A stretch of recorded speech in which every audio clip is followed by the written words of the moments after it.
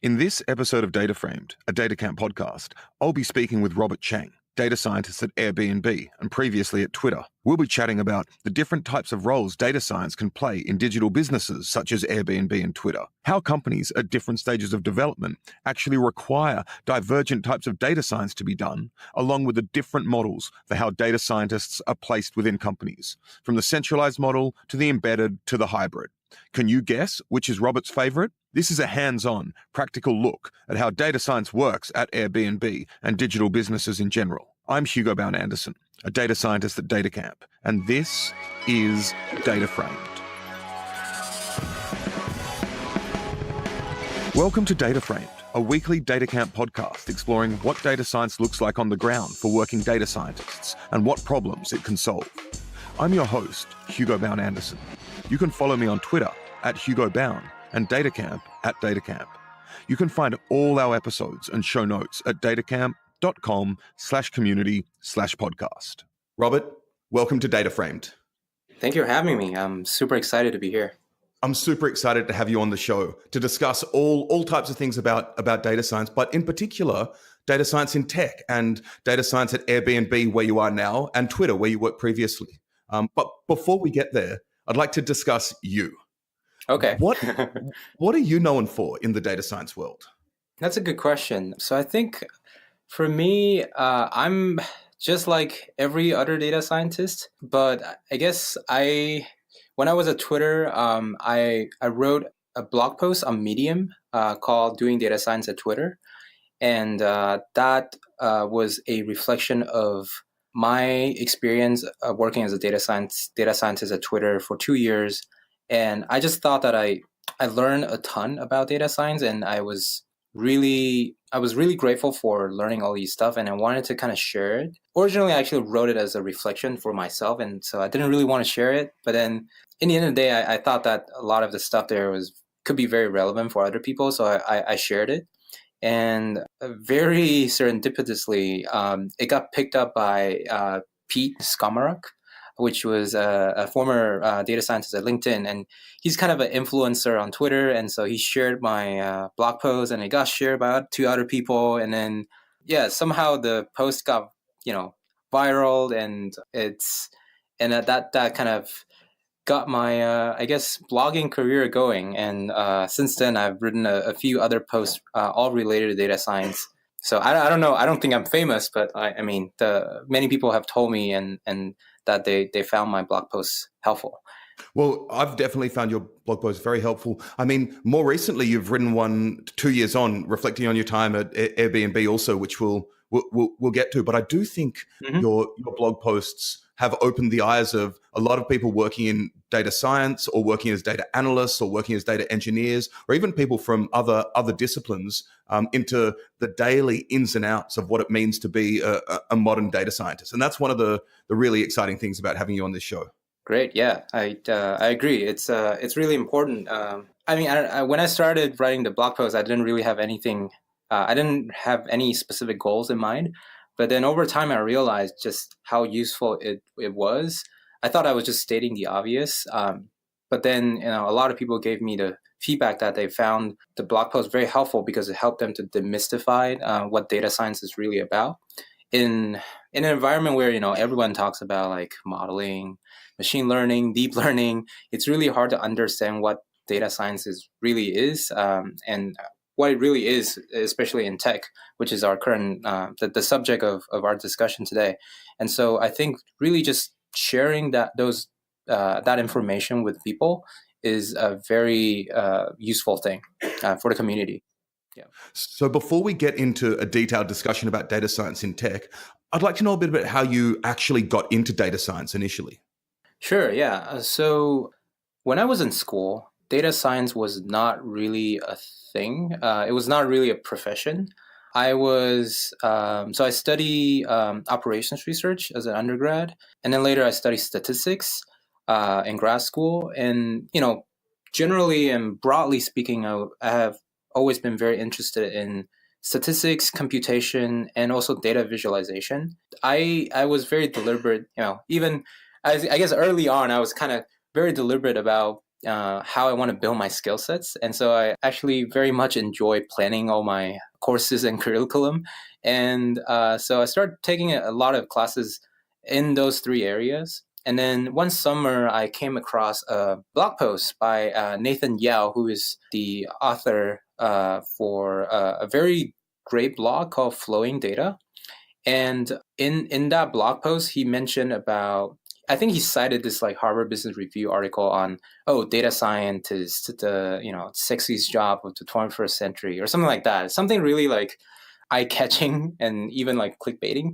And so I just clicked into it and started reading about it. And then I read through his description, and I realized whatever he was describing, the data scientist, this particular profession or role that he was describing was very similar to kind of the skill sets.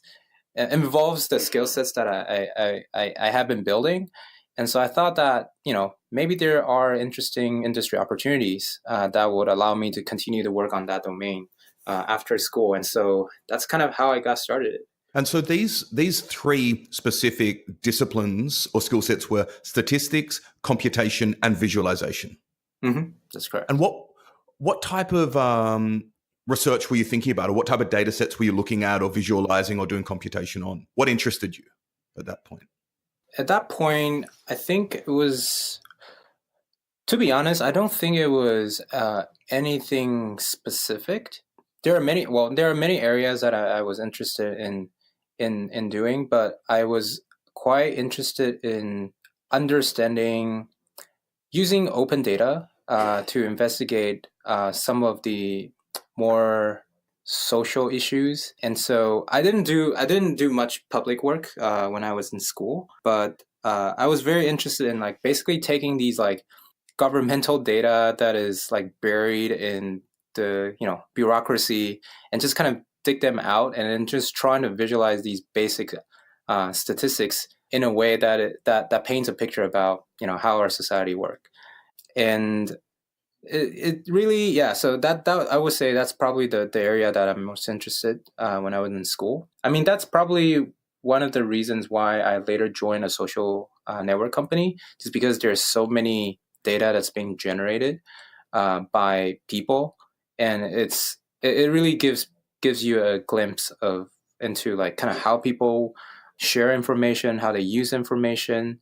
That's kind of what I was interested in. Great. And so essentially, you were engaged in these practices of statistics, computation, and visualization, and then noticed that these, among others, had been rebranded or remarketed as data science in some sense. Mm-hmm. Yeah. Oh yeah, I should bring one extra example. I think when I was taking a visualization class, one of the examples, and there are many examples, but one of the examples that really came to mind was, I think there was the Enron scandal, and then somehow they like collected all the emails. All the emails, yeah. And then someone like geniusly enough to like basically parsed out all the email communications and then put it into a graph, and it shows you how like basically how people have been communicating up until the scandal broke. And to me, it was just like so fascinating to see how people leave these like digital traces that allows you to see that really just, it's another way of capturing the history that is otherwise not possible. I've actually gone through a bunch of those emails because they are public, and there's all types of wacky, office romances. There's all types of really wacky stuff in there. And a couple of my old friends, they're digital artists, and they actually did a project with the Enron email set where you can sign up to their mailing list to receive these emails in perpetuity for the rest of, for the next 1,000 years or whatever it is. That's great. That's great. So my last question about what your history is, when you say computation, which is such an important part of data science today, we're not talking about pen and paper. We're talking about using a computer. What languages were you using back in the day? Yeah, that's a great question, and I had a lot of thoughts to share on this very topic. But to answer your question, when I was an undergrad, I actually really hated anything computer related.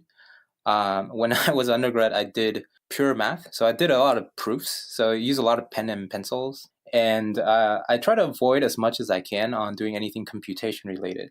It's not until So I think I learned MATLAB when I was an undergrad. I didn't really use it. And then it was not until grad school, I think, and there's one class where I think it's a stochastic optimization course where we were learning some probabilistic models, and I think it was Metropolis Hastings algorithm. I think I still remembered it. Besides, that's kind of besides the point. But like we were asked to do some simulation, and I just got stuck. I didn't know what to do. And then that's when I really started to realize there's actually a very huge gap in my education where we are moving into a world where there's just a plethora of data, and then there's so much data that can be leveraged, but you can't do it by hand. You have to really leverage computers to do these processing. And that's when I started to realize, okay, I really need to get better at data manipulation or computation in general. And so I pick up R to start with. And then over time, I moved to Python. Nowadays, I've been using a combination of R, Python, Unix, basically tools that are relevant to solve the problems at hand. So yeah, it's definitely a really important area. If you want to become a data scientist, learning how to deal with data and how to do computation in addition to statistics is a very important skill to have. And you found R is the way you entered though. Yeah, R was my first language. R to me was kind of an interesting language. It was the language that taught me. And if you talk to other people, you probably will hear similar stories where a lot of the statisticians and I guess scientists, a lot of their introductory like programming language is not really an actual programming language, not a general purpose programming language, but more a domain specific, usually scientific computation like language, like R or MATLAB. Over time, I basically learned more about computer science in general, just on my own to pick up other stuff. Yeah, my trajectory is actually quite similar. And we're just about to get into conversation about data science in tech, but I just wanted to take a slight detour and Sure. talk about the fact that people used to do stuff by hand, right? I mean, Pascal, Fermat, I think it was Daniel Bernoulli who came up with the binomial distribution and the Bernoulli distribution. He sat around and I think the story is he flipped a coin 6,000 times and wrote and saw the distribution appear, then figured out the closed form solution to it. But we do Reverend Bayes did the same actually. But we do have such incredible computational power these days, and thank goodness, because of all the data that's coming through, we couldn't do any of that by hand these days. Exactly, and you see a lot of these patterns emerge or reemerge in the statistical and even computer science world. You know, in statistics, Bootstrap was around for a long time, but like its real power wasn't able to be realized until there's really enough computation powers for people to run these resampling schemes, and then you have the world of neural network where that was invented like as early as I think the 670s, and it's not a new idea, but it's just like the computers wasn't able to do it. Nowadays it's like growing really fast because all the GPUs and all that stuff, and so it's definitely the interplay of statistics and computation. I think it's going to be increasingly important. So let's jump in. From your experience at Twitter, your current work at Airbnb, I'm going to ask a pretty general question. I'm just wondering what, to your mind, are the biggest challenges currently facing digital business? This again, this relates to what we discussed earlier, which is computation.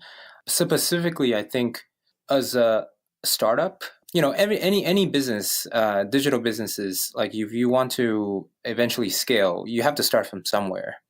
And it's actually very important to be able to build a data foundation for you to do any sort of analytics. And so by data foundation, I mean, setting up the data infrastructure. So that might involve things like, making choices of like, what database are we going to use? Are we going to use, put things on Amazon, on AWS? Do we want to use HDFS? All that kind of stuff, which I'm less familiar with, but like building a strong data infrastructure is very important. And then second, it's important once you have the infrastructure, then to build your data warehouse on top of it. And so this involves in basically taking your raw data, organize it, aggregate it, clean it, and then put it in a form that is analytics friendly, so that other downstream users can use. And so data infrastructure and data warehousing, I think, is really the bedrock of all kinds of analytics. And only after then can you move on and to do more fancy stuff like business intelligence, experimentation, or building data products. So data foundation, I think, is a very big challenge for many different companies. And that is something that everyone has to go through, and it's very important. At a business like Airbnb, data foundation would be incredibly important in terms of storing information about properties, users, all of these types of things, right? Yeah, exactly. And this work might sound trivial, but it's actually not. And a lot of problems would pose as a trivial problem, but it's actually not. So I think it was Monica Rogati. She was also a former data scientist from LinkedIn. She had a famous tweet and said that basically, like, the majority of data science is just doing counting, but doing counting in a smart way. And I feel like building data foundation is very much like that. In addition to data foundation, I think, or I should say, once you have the data foundation, then if you look at the trajectory of a company, once you have the product market fit, that's where you really want to start growing your company. And so, helping your company to grow and drive more adoption and find more users who love and enjoy your services is really a big part of what data scientists typically do to help companies to scale. So that's something that I work very closely when I was at Twitter. And if you look at all the top companies nowadays, there's inevitably a growth team that's focusing on driving growth, sustainable growth. Beyond growth, then once you really have the scale, then I think that's when you want to start optimizing your business. And I think that's really where machine learning and then data product personalization can help. They can make the product smarter, they can make it more personalized, and they can make the business more efficient. I'm laying out the challenges, I guess, kind of align with the trajectory of how a company will grow itself in the data space. I think that's a really intuitive approach, and it leads to a number of questions. We've discussed the data foundations aspect briefly. I'm interested in growth and what type of data science questions or techniques arise when thinking about these growth challenges. There are various ways to answer that. One is that I think growth is very much data driven because a lot of the growth work is, well, there are kind of good growth work and bad growth work. The bad kind of growth work are the so-called growth hacking, where you're very short-term thinking. You're just trying to provide short-term incentives for people to like kind of sign up for your services, and then they come and then they use it for a little bit, but then they don't really retain. Those are not the kind of, I don't personally, in my opinion, I don't think those are the good kind of growth problem to think about. I think the good kind of growth is you really think about the business. You really think about what is the values that your service is able to provide, and then thinking about what are the product changes that you can make to expedite the process in which your users can start enjoying the values that your service provide. And so these are typically more longer term thinking. But I should say that whether it is for short-term growth hacking or long-term growth work, I would say experimentation is a very huge part of doing growth. And because you can't really verify whether your hypotheses are correct or not unless you run a randomized control experiment. And so when I was on growth, that was the period where I learned a ton about online experimentation. That's an area that's very important. I think there are a lot of other, I would say, techniques that Facebook use, which, well, both Facebook and Twitter use, that I learned a lot. So I think this is probably invented at Facebook, but there's this framework called growth accounting, where you broke down your active users into different segments of users. So new user, resurrected users, users who churn, and users who retain.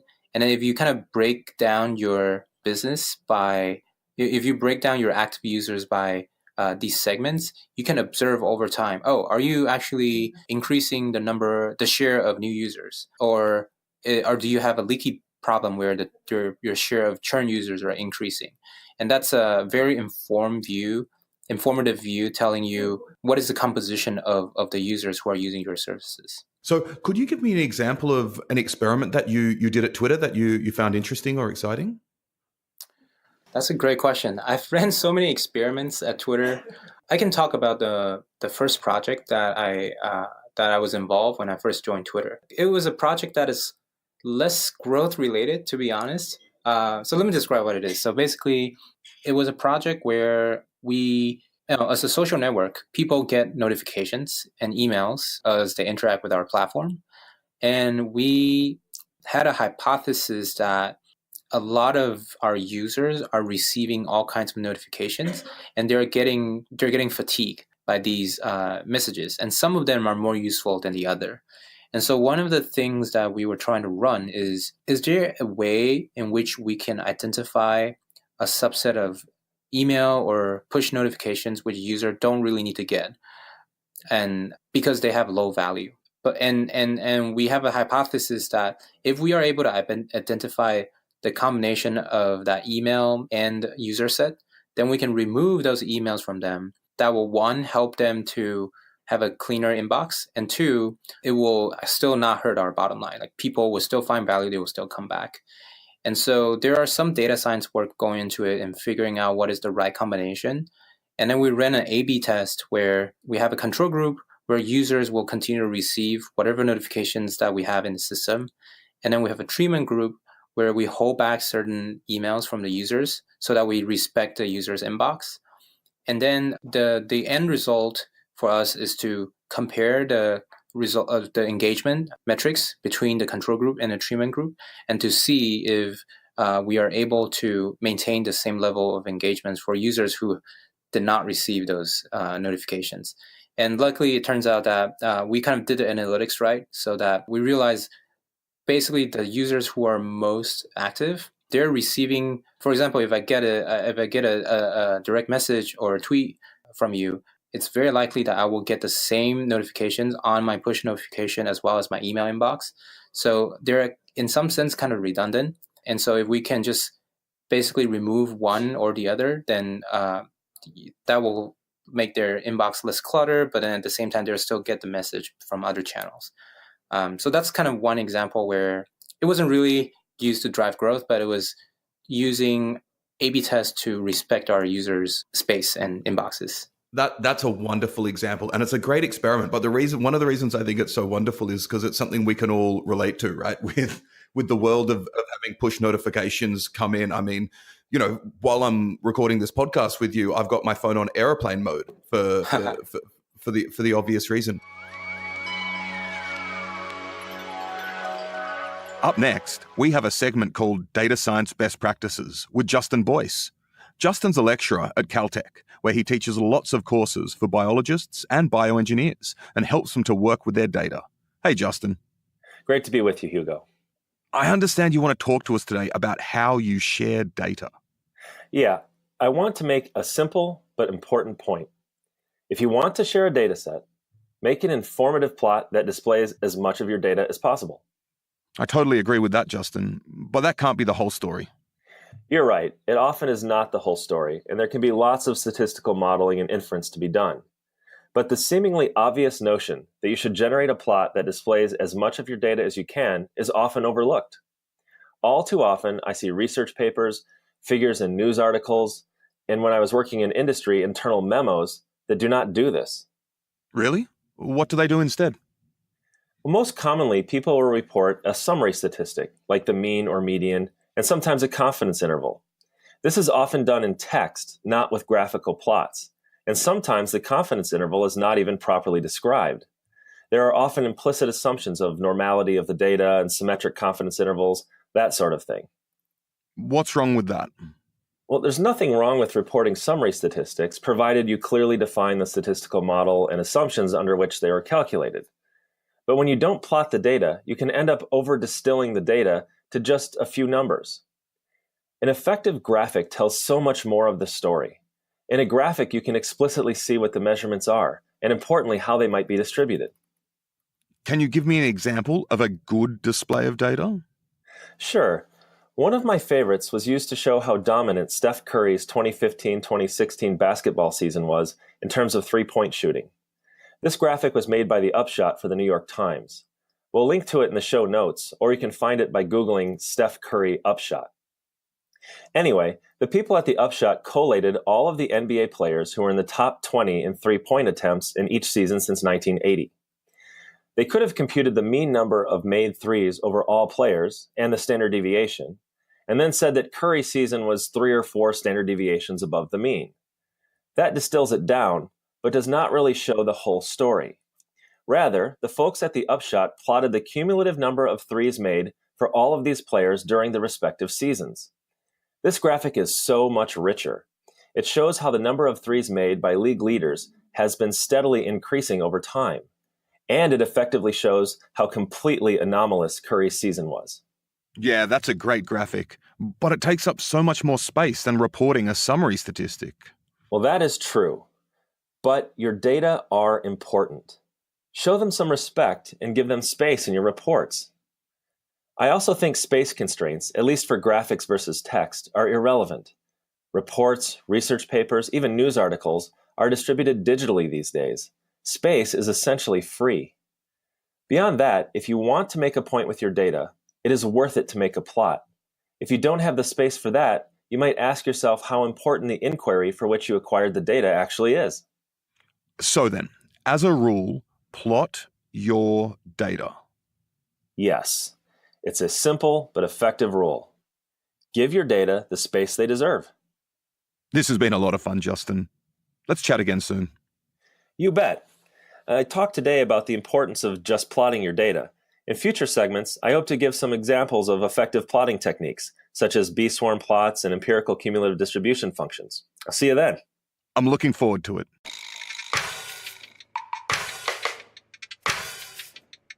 After that interlude, it's time to jump back into our chat with Robert. Talked about the three different phases: data foundation, growth, and machine learning. Where is Airbnb at now? Oh, that's a great question. The answer is it depends. The business is organized into different product verticals, and some verticals are very mature, and some verticals are quite new. To give you an example, the homes business, which is kind of how Airbnb got started, is very mature by now. And then the trips business, which is a new product vertical that was launched just last year, where in addition to finding homes, you can find local guides who can help you to enjoy local-like experience. That particular business is quite new.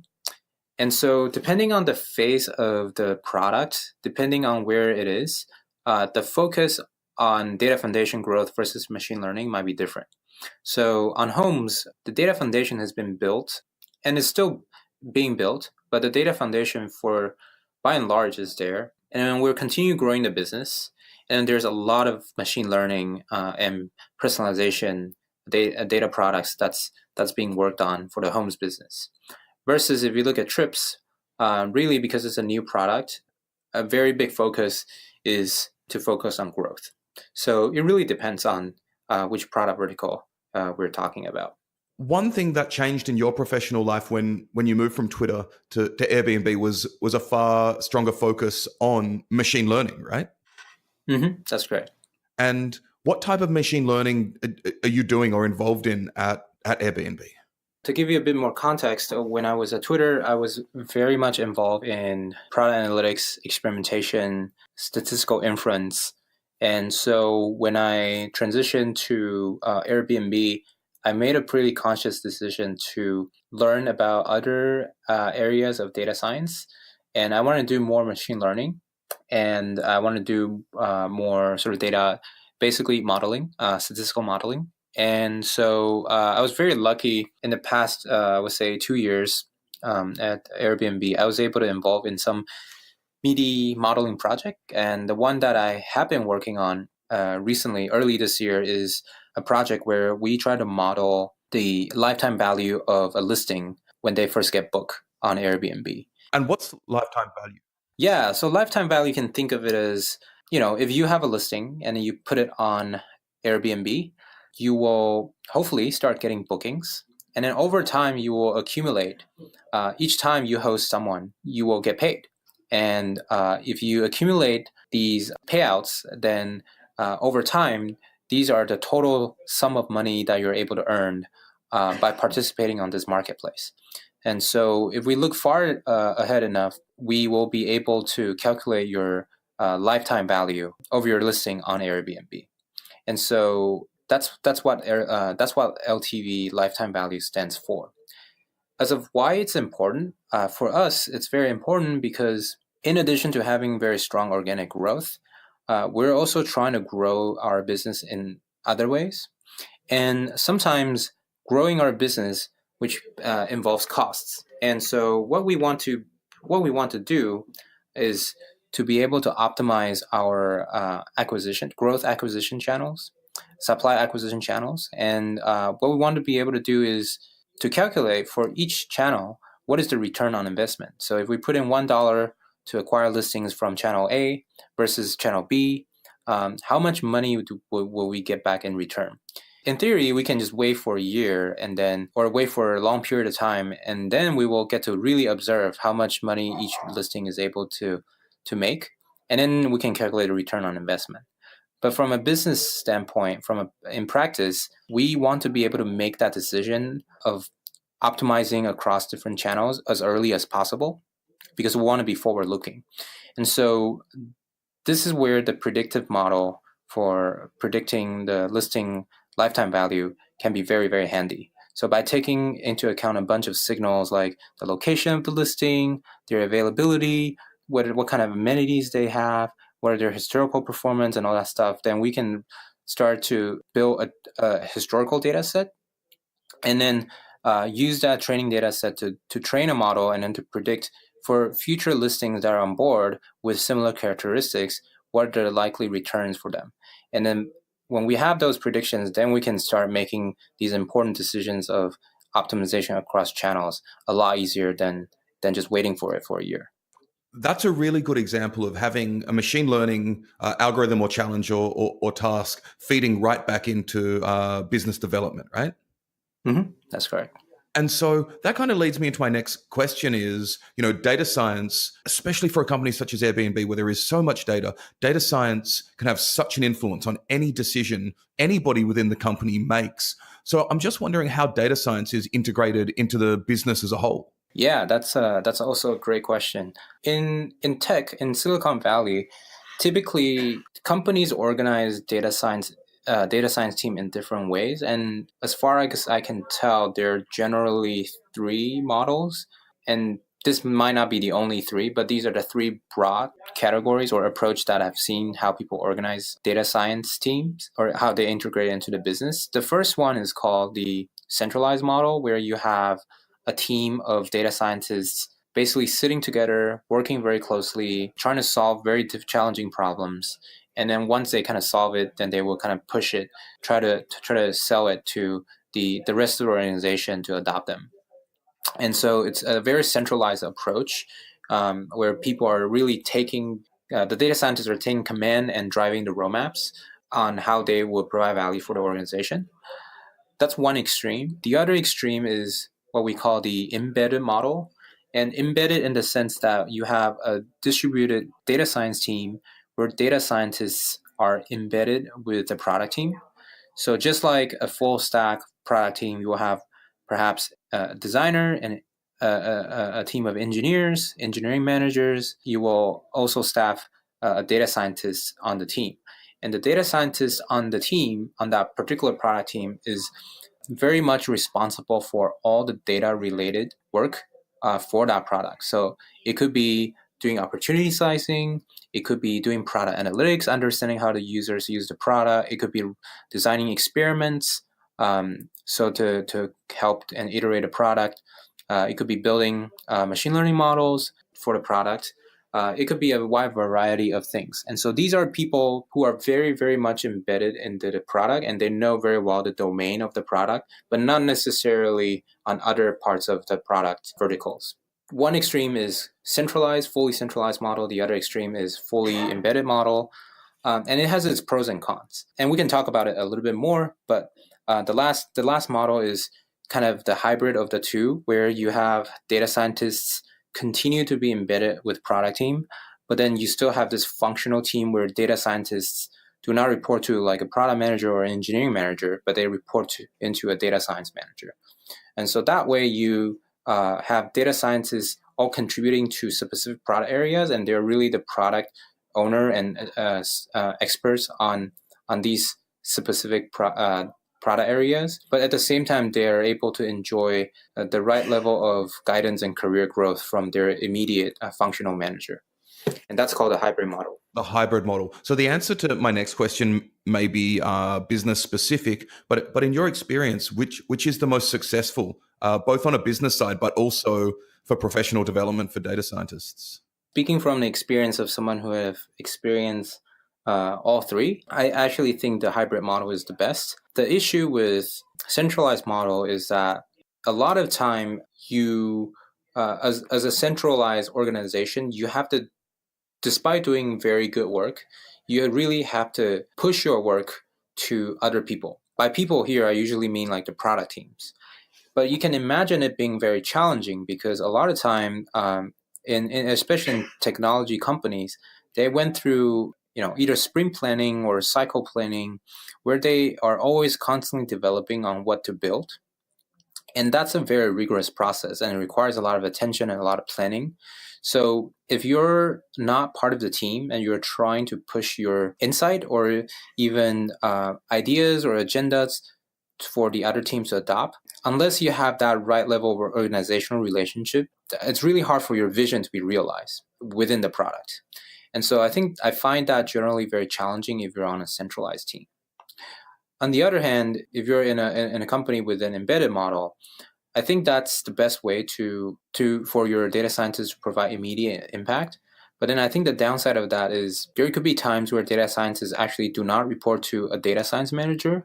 They report to either mostly into like an engineering manager, in which case the engineering manager might not know how data science work because it's such a new field, unlike engineering.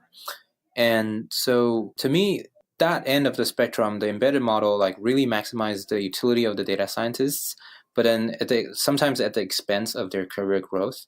So I think that's why the hybrid model was created, which is to balance the two, like business impact and career growth. And so I personally really enjoyed the hybrid model.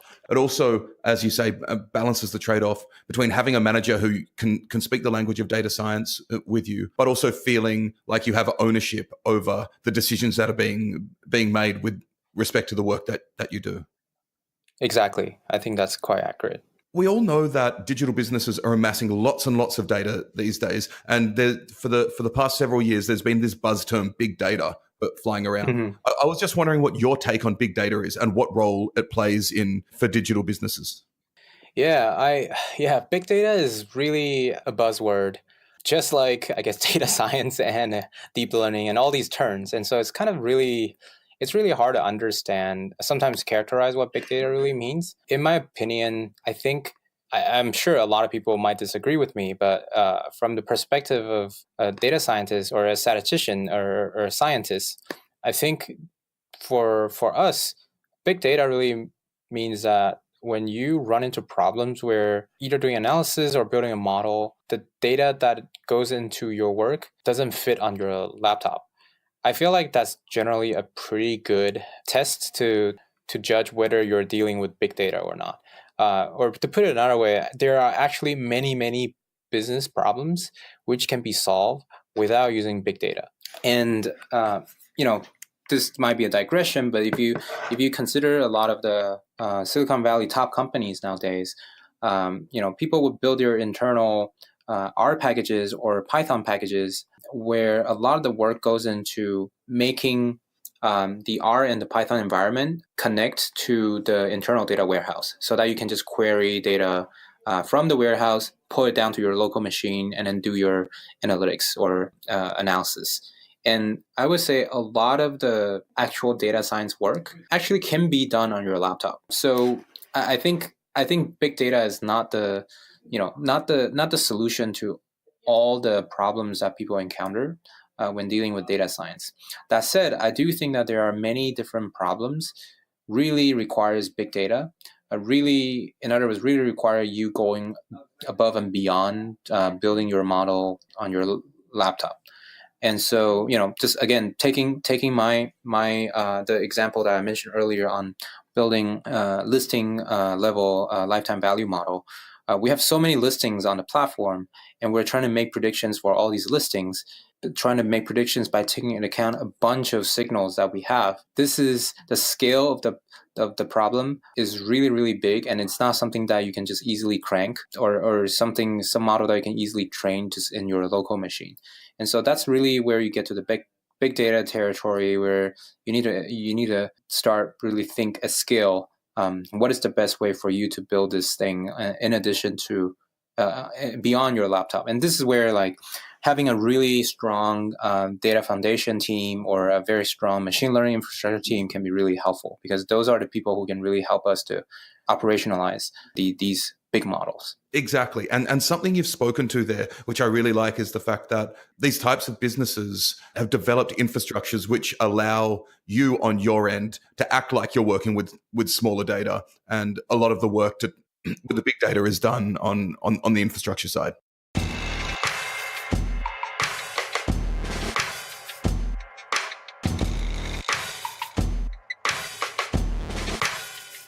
Let's now jump into a segment called Data Science Blog Post of the Week with DataCamp Curriculum Lead Spencer Boucher.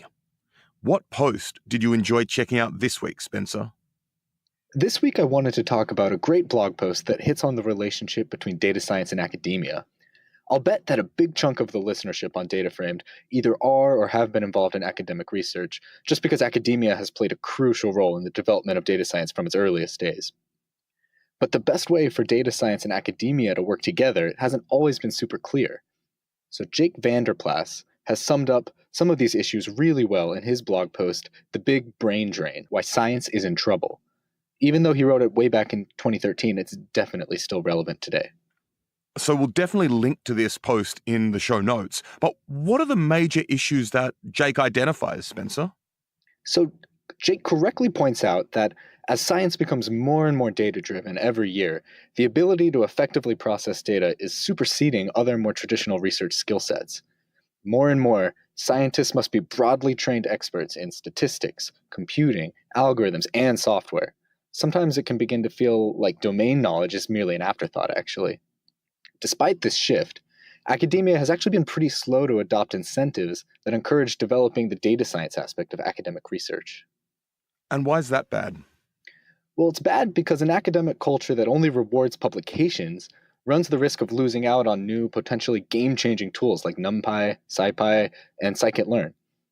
Researchers need powerful open-source technologies like these to advance the frontier of their fields, so there needs to be systems in place to reward time spent working on them. As an academic who's a core contributor to both scikit-learn and SciPy, Jake knows these pain points really well. Although a lot of progress has been made in the years since this blog post came out, there's still definitely a long way to go. The incentives for developing data science tools are just so much better in industry, where that skill set is rewarded with better pay and definitely higher prestige. To quote Jake, actually, some of the most promising upcoming researchers are finding no place for themselves in the academic community, while the for-profit world of industry stands by with deep pockets and open arms. Does Jake propose any avenues for improving or solving these conditions?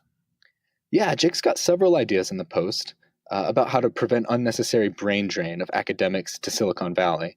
One that I find particularly interesting is the idea of creating a brand new academic employment track that provides a tempting career path for open source software developers. Check out his post in the show notes for more.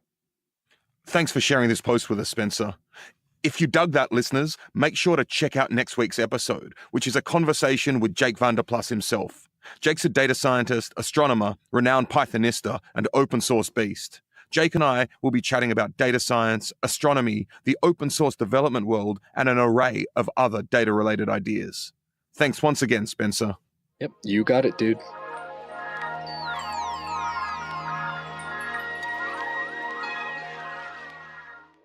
Time to get straight back into our conversation with Robert Chang. With all this data that businesses such as Airbnb and Twitter have, there's a huge, massive possibility for social research, particularly with respect to social networks. What are your views on this type of stuff? Yeah, it's actually very interesting. I I find them fascinating. And to my understanding, I've never worked with Facebook, but I'm a big admirer of their core data science team. Their core data science team have done a lot of interesting research in trying to understand how information disseminates in network, and kind of basically how information dissemination influence people's consumption and sometimes even decisions, right? And so, to make it more relevant to our current events, we have heard a lot of things about fake news on Facebook, for example. And so it's really interesting to think about, like, when these ads are being shown on the network, how does that really influence people's perceptions, and how does that really influence their decisions? I think there's a lot of work that has been done by the Facebook core data science team and many other companies as well to study these kind of things. And to me, that's very fascinating, because before these like social network where they have this tremendous scale, it's really hard for us to understand these things. And so it's really, really exciting to leverage the data generated by these social networks to understand some of the human behaviors at scale. But if I want to play the devil's advocate, I would say this area of research is not it's not entirely uncontroversial, right? There are a lot of interesting research that has been done that makes people feel uncomfortable. For example, I think the famous one from Facebook was they try to I don't remember the details anymore, but I think it was something along the line of they ran an A/B test where they kind of slightly changed the word choices of their posts, and they try to understand, or not changing the the words, I'm sorry, but like changing the sentiments of the posts that are being presented in newsfeed, and then they try to like measure the well-being of the people over time, and then they're trying to understand the implications. These are things that people sometimes can find very uncomfortable because it's somewhat like manipulative. I guess I'm sure that when they do these research, they have the best intention, but it's very important to be careful to do it in a way that is ethical, and doing it in a way that is not manipulative. But this is a great point and a great question, because research labs historically have been held to certain standards with regard to experiments they can take with the general populace, right? So perhaps we're even thinking of a future in which big business and social networks and this type of stuff need to be held to similar standards, because as you say, they perhaps have the best intentions, but it may not be up to them to decide that, right? Right. So, as we discussed at the start of this great conversation, you've written a number of blog posts which do a lot of things. One thing they do very well is they provide a history of your path in data science, and actually provide not only advice for aspiring data scientists, but reality checks for well-seasoned data scientists. So, I was just wondering, what advice do you have for people aspiring as data scientists now in 2018? Yeah, that's a great question. And as a sneak peek, I'm actually working on a series of new blog posts on data engineering. So if there's any piece of advice that I would give to aspiring data scientists, I think is to learn a little bit more about how to build data pipelines, also known as ETL jobs. The reason I mentioned that is because over the course of my career so far, and I have observed people who are able to leverage data engineering as an adjacent discipline are the people who are able to take on more ambitious and meatier projects over time or over their career path. And I think that's something that I think is perhaps under taught or under it's not really obvious to many aspiring data scientists, because there's so many buzz around like just building the newest and fanciest deep learning models, and so these like foundational skills are overlooked. If you look at our current education system, either professional or academic, I think there's generally not a very big focus on teaching people the end-to-end data science workflow. And the end-to-end workflow generally involves a lot of steps, and almost always in the beginning is to ingest your data, do a bunch of data cleaning, and only after then can you start doing analysis. And so how do you build your workflow in a way that you can have analysis-ready data or as how we can put it, how do you put your data into a tidy data set? It takes a lot of work and takes a lot of time. And I think schools and even these professional boot camps generally kind of don't teach you that. They just give you pre-processed data set, and then they focus on like technique. They focus on algorithm, and you just kind of take that data as given, and then you start building some models on top of it. But that's not really how data science works. And so I think it's very important to focus on learning that. And so yeah, I have a lot of thoughts on that part, and I'm still trying to organize them. But I think it's very important to get exposure to building data pipelines that will compute data for you on a recurring basis. Well, that's a great sneak peek into some coming work, which I'm sure everyone's excited about. Thanks. And what else? I think it's important to get exposure early on to the different type or different facets of data science work, because this field is still growing, and because this field is nascent and new. We have a labor market where you have a bunch of people who believe there is a need, and I believe, and I assure you, there is a need for talent for data, and there's the demand side. That's the demand side, and then you have people who are aspiring data scientists who are trying to become professional data scientists. So there is the supply side, and you have this labor market where supply is trying to meet demand and demand is trying to meet supply, and that's a great thing. But I think the challenging thing is that sometimes companies don't necessarily know why they're hiring data scientists for, and sometimes people who are aspired to become data scientists don't really know what are the right skills to build. And so, in my opinion, if you're a new data scientist, it's actually very important to not jump directly into areas which you think are data science. And most of the people, especially the ones that have graduated from university programs or even boot camps, are people who really, really want to do modeling. We really, really want to do machine learning, really, really want to do deep learning. But really, that's only a subset of what data science is really about.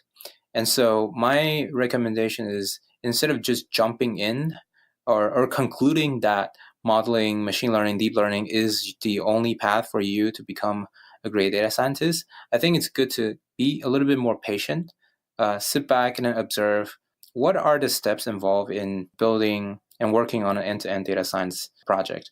And then from there, I assure you, you will learn a lot of things that are actually not taught in school, that are actually very, very relevant to your day-to-day work. And so, building ETL pipelines is one such example. Experiment designs is another example. I think these are all very important skills to learn. And so for someone who is early in their career, I think it's important to be patient and then to learn all the basics. And then after then you can decide, okay, do I want to specialize? If I do, then I can dig in a little bit more and then learn and go more deeply. And I think that's not only is that good advice, but you actually spoke to something which I think about a lot, which is the idea of data science as being what you refer to as a nascent field, something that's being born as we speak. So we're going to have to wrap up in a minute, but we've been speaking about modern data science, particularly in terms of digital businesses. I'm wondering what future data science looks like to you in the next 5, 10, 20 years, where this field will be going. That's a great question. And it's almost like a prediction question, which exactly. And you work in machine learning. Yeah. And as you know, prediction is always hard.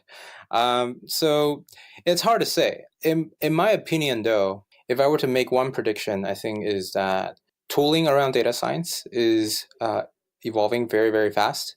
And it's continuing. I think the path of innovation is not going to stop. I think right now we're in a world where sometimes even doing the simple stuff is really hard because of the scale of the data and because of the knowledge that's required to command or use all these tools. It has improved a lot, but I think there's still a lot of rooms for improvement, and people are working on it. And so I think in 5 or 10 years, a lot of these data cleaning and a lot of these ETL process can potentially be greatly simplified. And I think that would be a very exciting place to be, because then you can outsource a lot of your sort of nitty-gritty detail work to the machines. They can do it for you, and you can spend more of your time thinking about a business problem, solving the right problem, and then making your solution impactful for the domain that you're interested in. One specific example of this pattern is also in you also see that in machine learnings, where there's this like big movement of so-called auto ML, automatic machine learning, and you have companies like Data Robot, H2O, and a few others that are all kind of trying to work towards this world where they're trying to automate a lot of the kind of nitty-gritty detail for you. Or I should say, at least they're trying to automate some part of your workflow. And so, I don't know, I think the world will be interesting when we get there. And I always have like interesting debates with my coworkers on, when will we be replaced by machines? And it's hard to say. I don't think we will ever be replaced by them, but I do think that the tools will evolve a lot. And so I'm looking forward to the day that new tools are being developed and born. I'm also looking forward to that day. And so as we move from modern data science into future data science, I'd like one final call to action from you. What should we be doing? What should we be learning? My recommendation would be focus on the fundamentals and then don't stop learning. And so if I want to pick one thing for all data scientists to learn, I would say learn SQL. I didn't know SQL until I started working. And so it's entirely possible to learn SQL, and you will learn how important it is for all kinds of data science work. Thanks, Robert. It's been an absolute pleasure having you on the show. Thank you so much for having me.